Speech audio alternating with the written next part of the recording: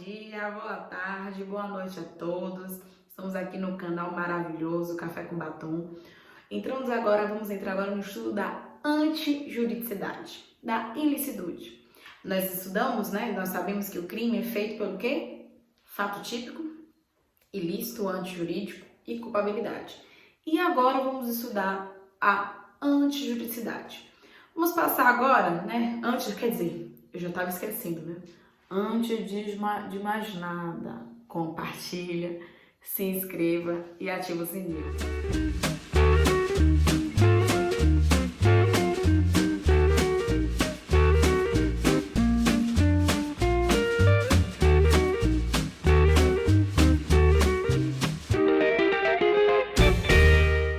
Em relação ao conceito analítico do crime, nós sabemos que crime é fato típico, ilícito e culpável.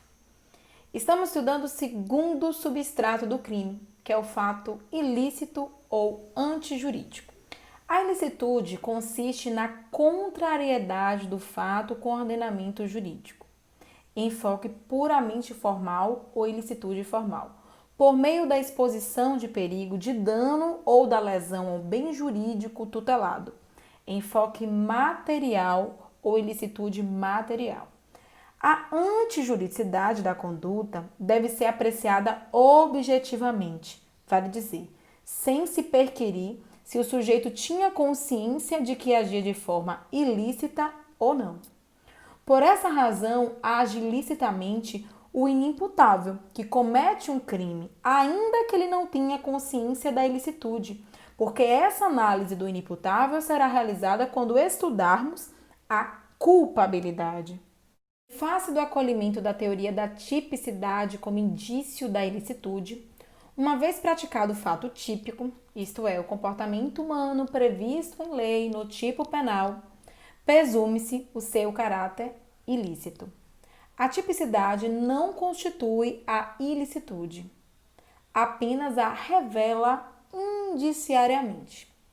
Essa presunção é relativa, pois um fato típico pode ser lícito, desde que o seu autor demonstre ter atingido acobertado por uma causa de exclusão de ilicitude.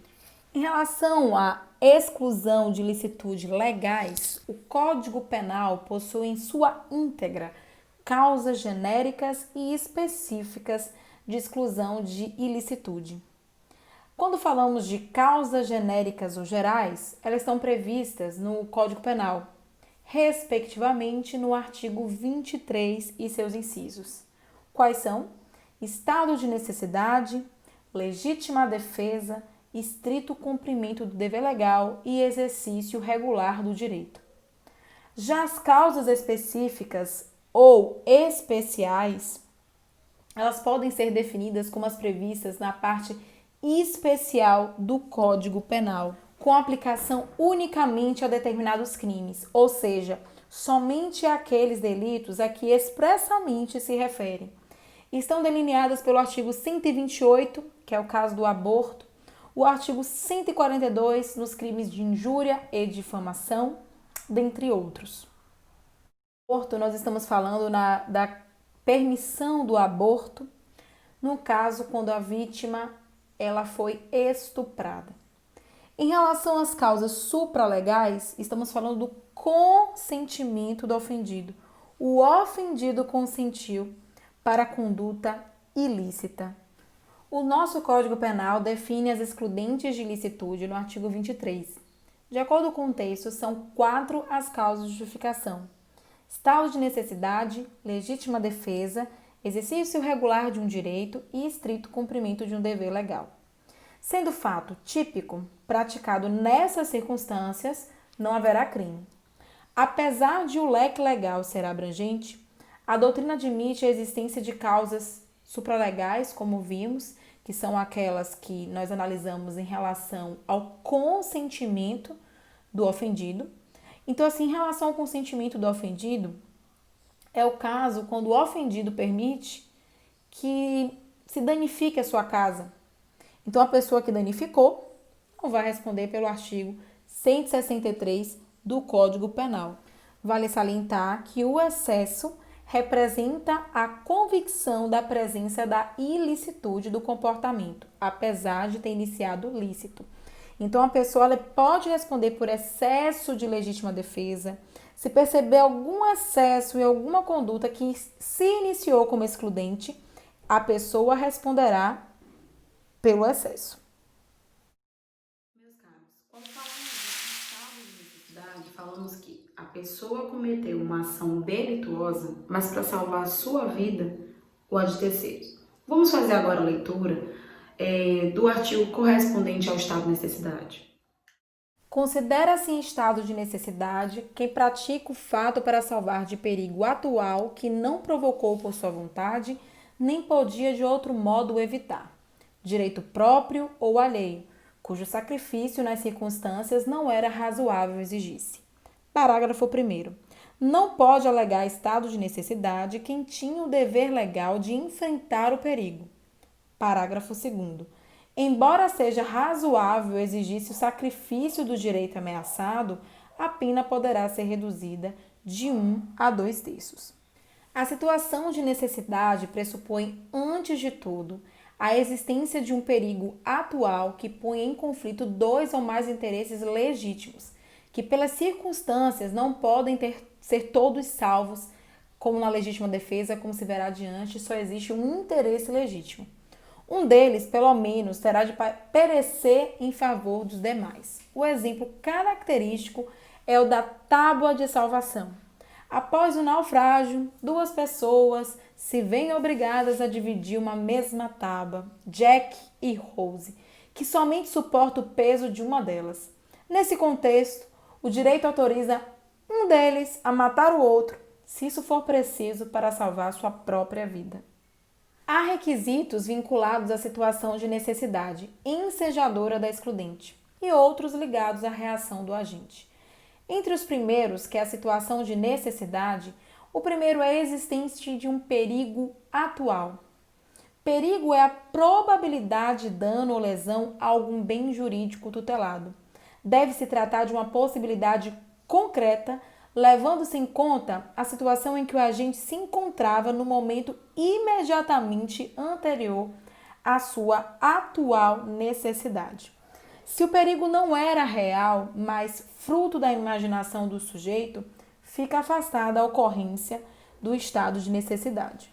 O segundo requisito é a ameaça a direito próprio ou alheio. Age em estado de necessidade não somente quem salva direito próprio, exemplo a tábua de salvação, mas também quem defende direito de terceiro, o médico que quebra sigilo profissional revelando que um paciente é portador do vírus HIV para salvar terceira pessoa que seria contaminada.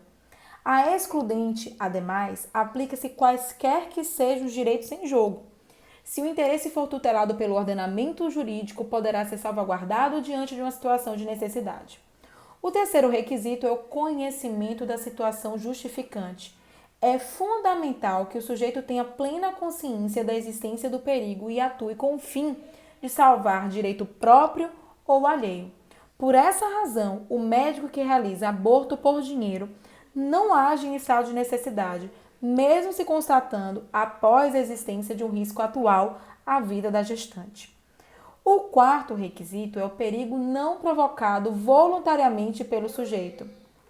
O provocador do perigo não pode beneficiar-se da excludente, a não ser que o tenha gerado involuntariamente.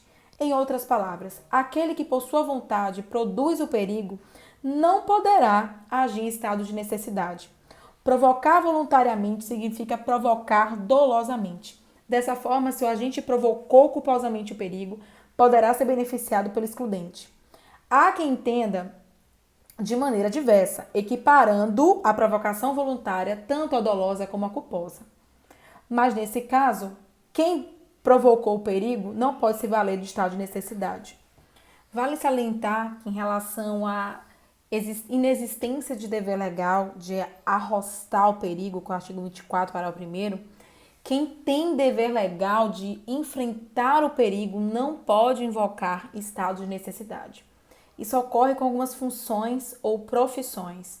Bombeiro, policial, por exemplo. Assim, o bombeiro não pode eximir-se de salvar uma pessoa num prédio em chamas, sob o pretexto de correr risco de se queimar. Evidentemente, não exigimos heroísmo. Bombeiro ingressar em uma casa totalmente em chamas para salvar algum bem valioso, sendo improvável na situação que ele sobreviva, apesar de todo o seu treinamento, ele estaria cometendo um crime. Isso, na verdade, ele estaria cometendo suicídio. Então, nesse caso, a gente não pode exigir que o bombeiro seja um herói. Ele não pode alegar estado de necessidade. No entanto, se a casa estiver completamente em chamas, ele não pode também entrar para salvar uma vida sem acabar com a sua própria vida. Então, tudo terá que ser analisado no caso concreto. Vamos agora analisar o conceito de legítima defesa. Entende-se em legítima defesa quem, usando moderadamente dos meios necessários, repele injusta agressão atual ou iminente a direito seu ou de outrem. Trata-se de um dos mais bem desenvolvidos e elaborados institutos do direito penal. Sua construção teórica surgiu vinculada ao instituto de sobrevivência, matar para não morrer, e por via de consequência atrelada ao crime de homicídio. Assim, por exemplo, ao tempo das ordenações filipinas de 1603 até 1830, a legítima defesa encontrava-se inserida no título 35, o qual disciplinava o crime de homicídio e o de lesão corporal. O vetusto diploma dispunha que o homicida era punido com morte, salvo se agisse em sua necessária defesa.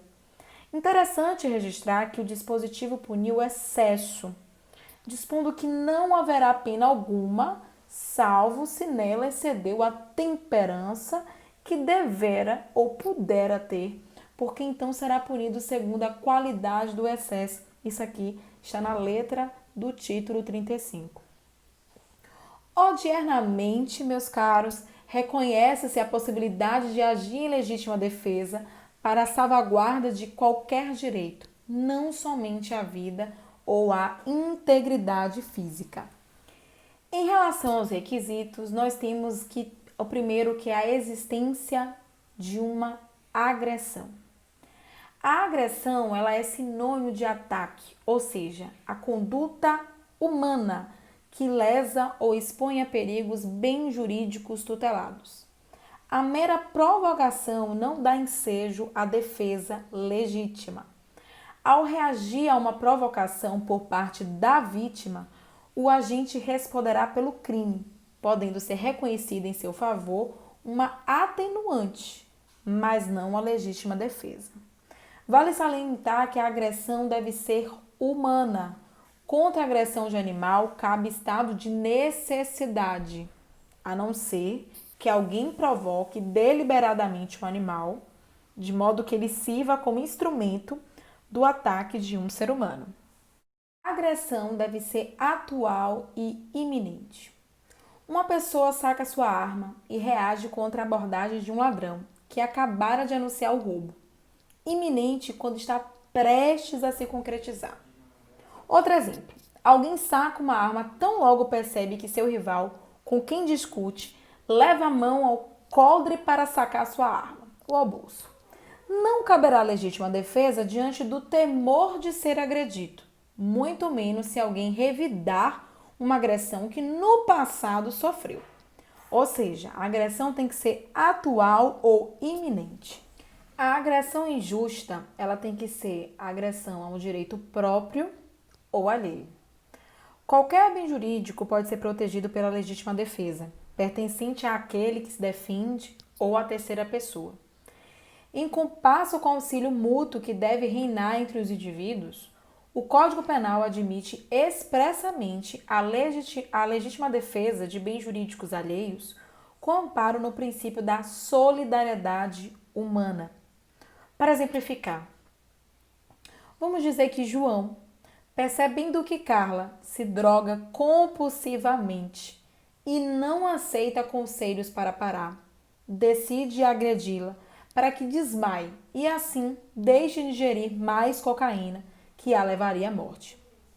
Não mais existem as limitações antigas que autorizam a legítima defesa apenas em relação à vida ou ao corpo. Atualmente, há mais larga amplitude de defesa dos bens jurídicos, pois o direito não pode distingui-los em mais ou menos valiosos, amparando os primeiros e relegando os últimos ao abandono. Em suma, em todo o patrimônio jurídico do indivíduo que se deve ter por inviolável e no qual ninguém poderá penetrar pela força sem o risco de se ver repelido com a força necessária. Meios necessários, aqueles que a gente tem à sua disposição para repelir a agressão injusta, atual ou iminente, a direito seu ou de outro, no momento em que é praticada. A legítima defesa não é desforço necessário, mas medida que se destina à proteção de bens jurídicos. Não tem por fim punir, razão pela qual deve ser concretizada da forma menos lesiva possível.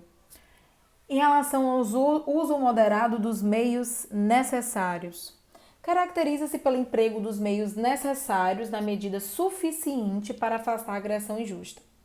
Utiliza-se o perfil do homem médio, ou seja, para ferir a moderação dos meios necessários, o magistrado, o juiz, compara o comportamento do agredido com aquele que, em situação semelhante, seria adotado por um ser humano de inteligência e prudência comuns à maioria da sociedade. No artigo 25 do Código Penal, não a exige expressamente, mas firmaram-se na doutrina e jurisprudência no sentido de que, assim como no estado de necessidade, a legítima defesa reclama também proporcionalidade entre os bens jurídicos em conflito. Exemplo: não pode invocar legítima defesa aquele que mata uma pessoa pelo simples fato de ter sido por ela ofendido verbalmente. Isso não é legítima defesa. A Lei 13.964 de 2019, conhecido popularmente como Pacote Anticrime, promoveu a inauguração de um parágrafo único no artigo 25. Este novo dispositivo agregou ao artigo 25 do Código Penal, ele trouxe à lume uma nova ideia, uma nova figura jurídica que retrata a excludente, de ilicitude. O pressuposto dessa nova figura é a observância dos requisitos legais, por assim dizer, clássicas, nos seguintes termos: atuação moderada, emprego de meios necessários, como já vimos, agressão atual ou iminente, agressão injusta, defesa de bem jurídico penalmente protegido, mas estamos protegendo a quem? Então, essa nova figura do parágrafo único, estamos protegendo a de legítima defesa, o agente de segurança pública.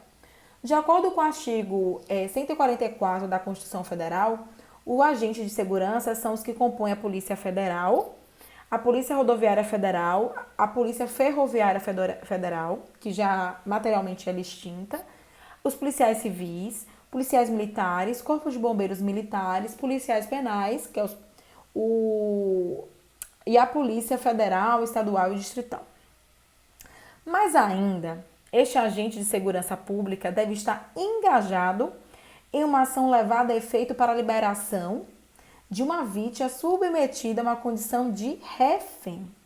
Então, dessa forma, observe-se que essa atuação no corpo de polícia é, como regra, levada a termo com equipes de ação tática, como, por exemplo, o Comando de Operações Táticas da PF, como o Grupo de Ações Táticas Especiais da Polícia Militar, dentre outras. Essas equipes atuam com técnicas e táticas especiais para a promoção da defesa da vida, da integridade física e da liberdade da vítima feita de refém. Então, nesse caso, os agentes de segurança pública estarão protegidos pela legítima defesa, seguindo o que está previsto no parágrafo único do artigo 25 do Código Penal.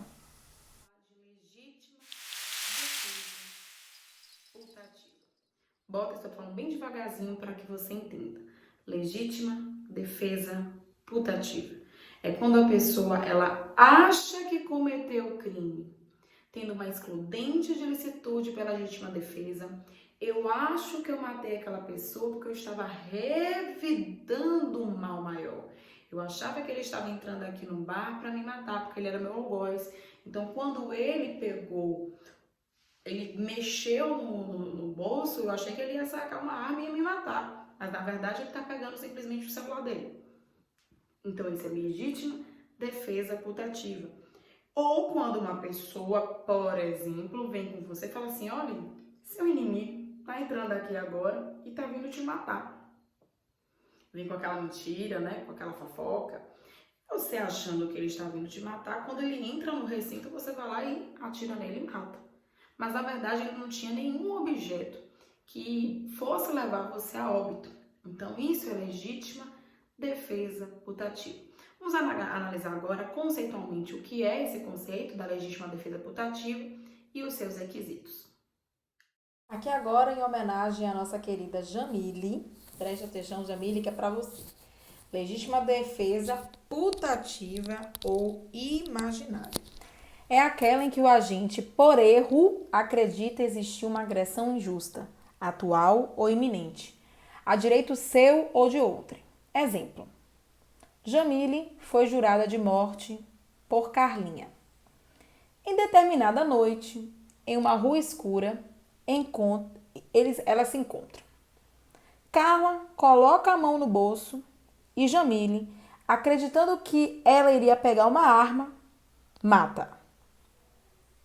Descobre-se posteriormente que Carla tinha a intenção de oferecer-lhe um charuto para selar a paz. O fato típico praticado permanece revestido de ilicitude. Mas se o erro for excusável, ou seja, aceitável ou invencível, opera-se a isenção da pena, conforme o artigo 20, parágrafo 1º, primeira parte, que vimos em relação ao vídeo sobre tipicidade. Em se tratando de erro inexcusável, inaceitável, vencível, porém, não há isenção de pena. Afasta-se o dolo, respondendo o agente por crime culposo, se previsto em lei, conforme o artigo 20, parágrafo 1º, parte final do Código Penal. Vamos analisar agora o conceito do estrito cumprimento do dever legal. Muitos alunos ficam naquela dúvida, o que é estrito cumprimento do dever legal? Então nós vamos olhar o artigo que é o estrito cumprimento do dever legal e vamos fazer uma análise conceitual para que você, depois desse vídeo, nunca mais tenha dúvida do que é estrito cumprimento do dever legal. Em relação ao artigo 23, inciso 3, primeira parte do Código Penal, temos o seguinte: não há crime quando o agente pratica o fato em estrito cumprimento de dever legal. Ao contrário do que fez, em relação ao estado de necessidade e à legítima defesa, o Código Penal não apresentou o conceito de estrito cumprimento do dever legal, nem seus elementos característicos. Então, pode-se defini-lo, contudo, como a causa de exclusão de ilicitude, que consiste na prática de um fato típico, em razão de cumprir o agente uma obrigação imposta pela lei. Seria desproporcional a lei impor a determinadas pessoas a prática de um ato e, ao mesmo tempo, sujeitá-la em face de seu cumprimento a uma sanção penal, em razão de consistir o seu mandamento em um fato descrito em lei como crime ou contravenção penal. Se no Brasil, por exemplo, fosse rotineira a aplicação da pena de morte, não poderia ser o executor responsabilizado pelos homicídios eventualmente praticados. É o caso, ainda para exemplificar, do cumprimento de mandado de busca domiciliar em que o morador ou quem o represente desobedeça a ordem de ingresso na residência, autorizando o arrombamento da porta e a entrada forçada. Em decorrência do estrito cumprimento do dever legal, o funcionário público responsável pelo cumprimento da ordem judicial não responderá pelo crime de dano e sequer pela violação de domicílio. O dever legal engloba qualquer obrigação, direta ou indireta, resultante da lei, em sentido genérico, isto é, preceito obrigatório e derivado da autoridade pública competente para emiti-lo. Compreende, assim, decretos, regulamentos e também decisões judiciais, as quais se limitam a aplicar a letra da lei ao caso concreto submetido ao exame do Poder Judiciário. O dever legal pode também originar-se de atos administrativos, desde que de caráter legal. Vale salientar que o excesso também é punível em relação ao estrito cumprimento do dever legal. O artigo 23, inciso 3, parte final do Código Penal, afirma o seguinte: não há crime quando o agente pratica o fato no exercício regular do direito. O direito é um só e a sua repartição em diversos ramos tem fins essencialmente didáticos. Dessa forma, um ato lícito para qualquer área do direito não pode ser ilícito perante o direito penal e vice-versa. Assim sendo, a palavra direito é utilizada em sentido amplo pelo artigo 23, inciso 3 do Código Penal. Quem está autorizado a praticar um ato reputado pela ordem jurídica como o exercício de um direito age licitamente. Vamos exemplificar. Ao particular que, diante da prática de uma infração penal, corajosamente efetua a prisão em flagrante de seu autor, não pode ser imputado o crime de constrangimento ilegal em razão da permissão que ele tem, porque qualquer pessoa em flagrância pode colocar uma pessoa, prender uma pessoa em flagrante delito, porque ela está contida no artigo 301 do Código de Processo Penal. A prática de determinadas atividades esportivas pode resultar em lesões corporais e, excepcionalmente, até mesmo na morte de seus praticantes. É o que ocorre em vários esportes, tais como o futebol, o boxe, as artes marciais, entre outros. O fato típico decorrente da realização de um esporte, desde que respeitadas as regras regulamentadas, emanadas de associações legalmente constituídas e autorizadas a emitir provisões internas, configura exercício regular do direito, afastando a ilicitude, porque o esporte é uma atividade que o Estado não somente permite, mas incentiva a sua prática. A atividade médica ou cirúrgica é indispensável para a sociedade e, por esse motivo, regulamentada pelo poder público, exigindo-se a habilitação técnica atestada por órgãos oficiais para o seu adequado exercício. Para exemplificar, o médico efetua uma cirurgia plástica, está lesionando a pessoa, mas está acobertado pelo exercício regular do direito. E se eu boto cerca elétrica? E se eu boto os cacos de vidros em cima do meu muro? E se eu tenho um pitbull gigante na minha casa? Isso entra no conceito de legítima defesa? Será, gente? Nesse caso de ter cerca elétrica, cacos de vidro ou o próprio pitbull, nesse caso são chamados de ofendículos ou ofensáculas. Tem origem nos práticos de direito que utilizaram a palavra para indicar a prevenção de qualquer ordem apta para ofender. Apontam-se comumente alguns engenhos mecânicos, como arame farpado, o caso da cerca elétrica, dentre outros. Cuida-se de meios defensivos utilizados para a proteção da propriedade e de outros bens jurídicos, tais como a segurança familiar, a inviolabilidade do domicílio, dentre outros. O titular do bem jurídico prepara previamente um meio de defesa quanto ao perigo ainda é remoto e incerto, e o seu funcionamento somente se dá em face de uma agressão atual ou iminente. Nesse caso, estamos dentro do exercício regular do direito. Porém, devo dizer a vocês que José Frederico Marques Magalhães Noronha e Costa e Silva situa o assunto ofendículos dentro de legítima defesa pré-ordenada, alegando o último que se o aparelho está disposto de modo que só funcione no momento necessário e com a proporcionalidade a que o proprietário era pessoalmente obrigado, nada impede a aplicação da legítima defesa. Então, nós temos duas bases para as ofendículas, Ou ela está dentro do exercício regular do direito ou está dentro da legítima defesa pré-ordenada. Então, como temos assim, a natureza jurídica dos ofendículos. A letra A, ela pode ser exercício regular do direito. E letra B, quando funciona pela legítima defesa, que é esse LD, predisposta ou pré-ordenada. Então, ela está dentro de um ou de outro conteúdo. Vai depender de qual doutrinador você se vincula. E no próximo vídeo, para vocês que são de Direito Penal 1, nós entraremos na culpabilidade e as excludentes de culpabilidade. Beijo a todos e até o próximo vídeo.